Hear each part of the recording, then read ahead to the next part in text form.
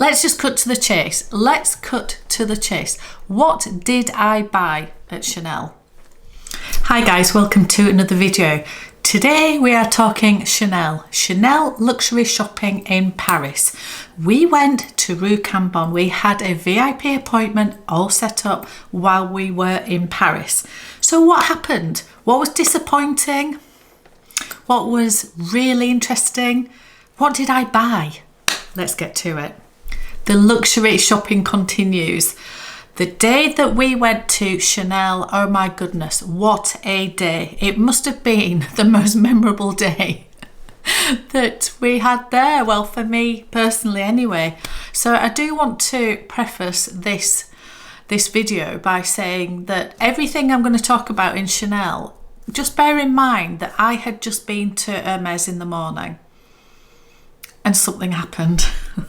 Something happened, and therefore it changed everything about my thoughts, my everything about going to Chanel. So let's just bear that in mind because some of this may be slightly unfair on Chanel. I will come on to it. We were lucky enough to get an appointment to go to Chanel, but actually I've said this in another video as well, there was no queue. We walked straight in. And yes, you're going to walk straight in with an appointment, but what I mean is there was no queue. So yeah, I don't know what was happening. I think maybe the time of year we were there, maybe because it was early to mid-August, that yeah, it's maybe just not as busy a time of year, but there was no queue. The store felt reasonably quiet, and then it felt slightly busier, but there was quite a lot of us all together.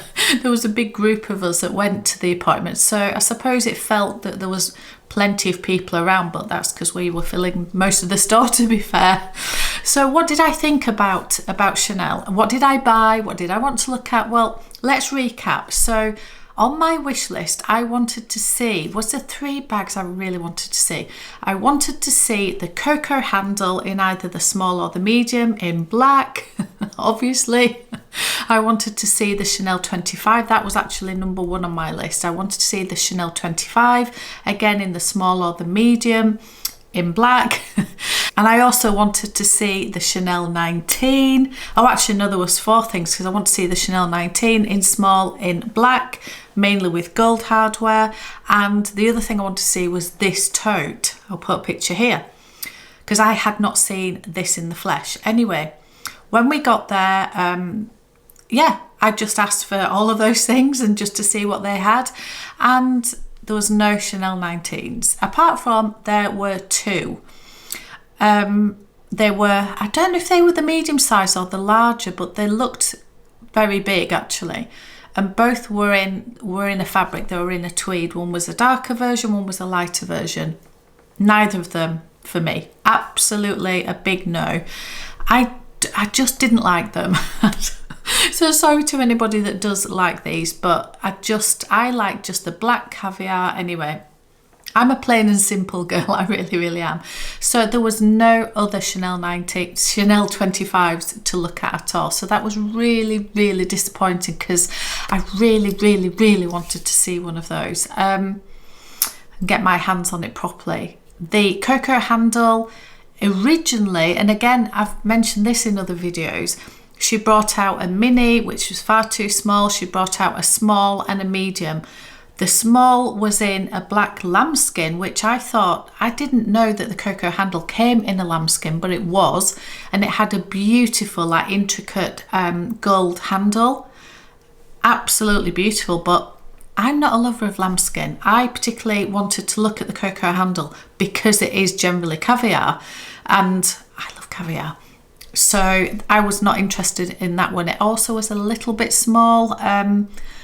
I think it's a fabulous size, I honestly do, but I have got quite a few bags of that size, and yeah, I've got quite a few bags of every size, to be fair, but yeah, that one just felt a little bit too small. I wanted to use it as a top handle bag, a crook of the arm bag, as an alternative, is it up there, to my jumbo classic flap, because that doesn't have a top handle. That was my thinking. Anyway, she did have this beautiful burgundy caviar in the medium size in the Coco handle. And all the guys and gals that were with me loved it. They absolutely loved it. And I loved it too. But I had my heart set on black. I just did. I just had it in my head that I didn't want to go for a different colour. I just want the classic black. But I have to say the burgundy was stunning. Absolutely beautiful shade of red. Then when I sort of gave those back and said, no, you know, thank you so much, but no, not for me, she did then find a cocoa handle in the medium size in the black, which is exactly what I'd asked for. So it did give me a little bit of a dilemma. I'm not going to lie, it gave me a little bit of pause for thought.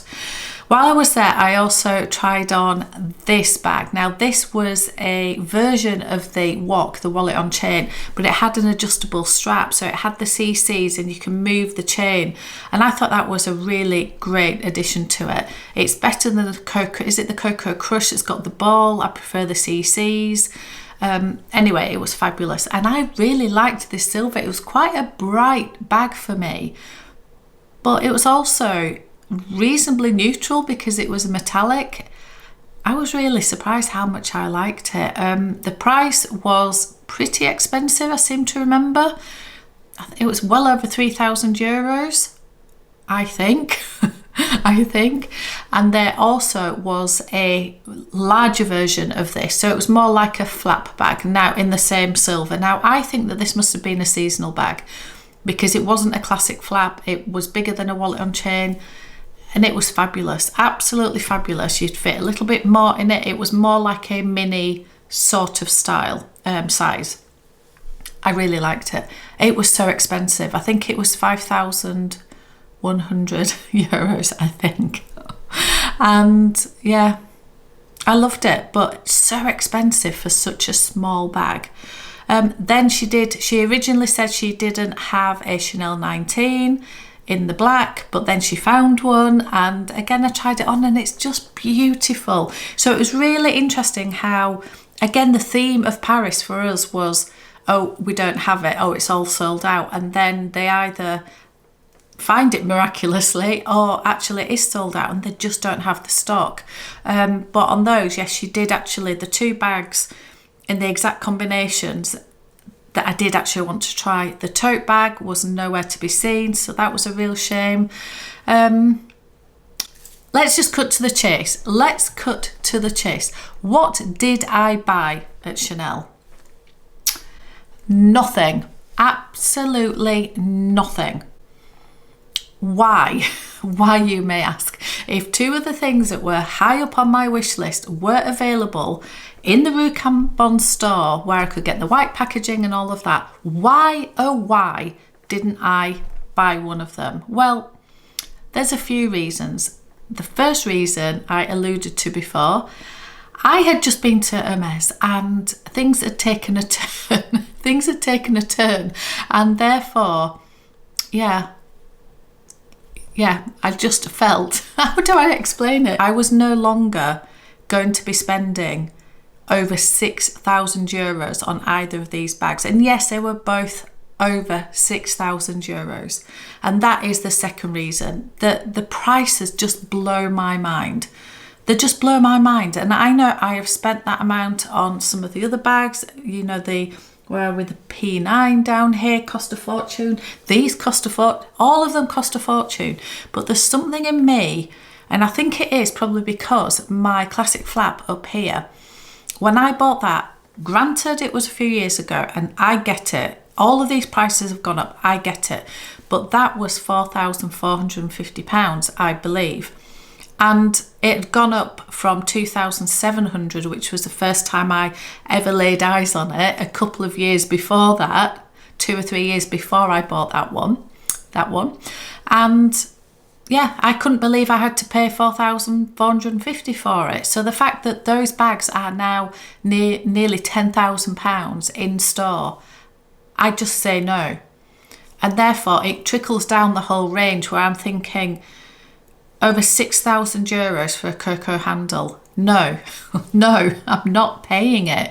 And even with the exchange rate and the tax refund, so it is the cheapest way that you will get a brand new one.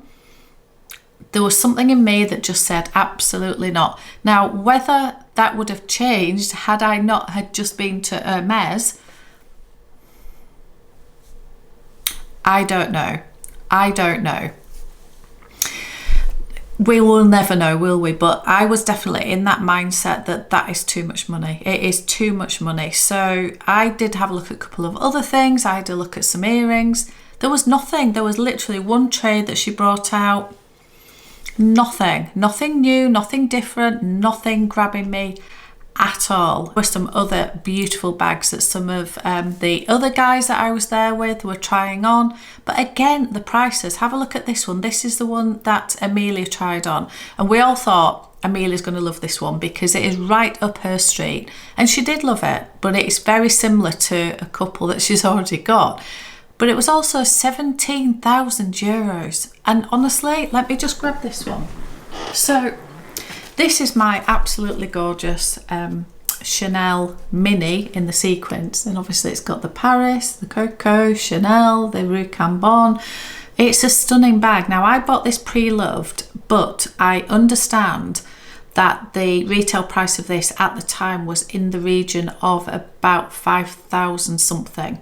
It definitely wasn't any more than that. That is in Great British pounds. The one that Amelia tried on in Rue Cambon, why is that 17,000? Why is it 3 times the price there or thereabouts of this?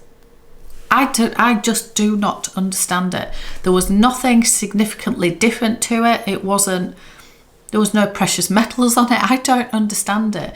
And yes, I get that the price of this is insane. It's completely insane. So I'm not saying this is good value, but a third of the price. It doesn't make any sense in my own brain in Chanel. So yeah, I left Chanel feeling a little bit jaded, to be honest, and I think most of that was because I was still in a spin from what happened at Hermes, because I didn't expect that to happen that day at all. And there is a video coming. It will be the next one. It will be the next one. And because I didn't realise or anticipate what was going to happen that morning, really I wanted to wait till we'd had all the appointments and seen everything from all the different fashion houses and then make a decision. But as we know, life isn't like that sometimes, and things come along and opportunities come along and you have to make a decision. And I made a decision in Hermes, and I'm very, very happy that I did.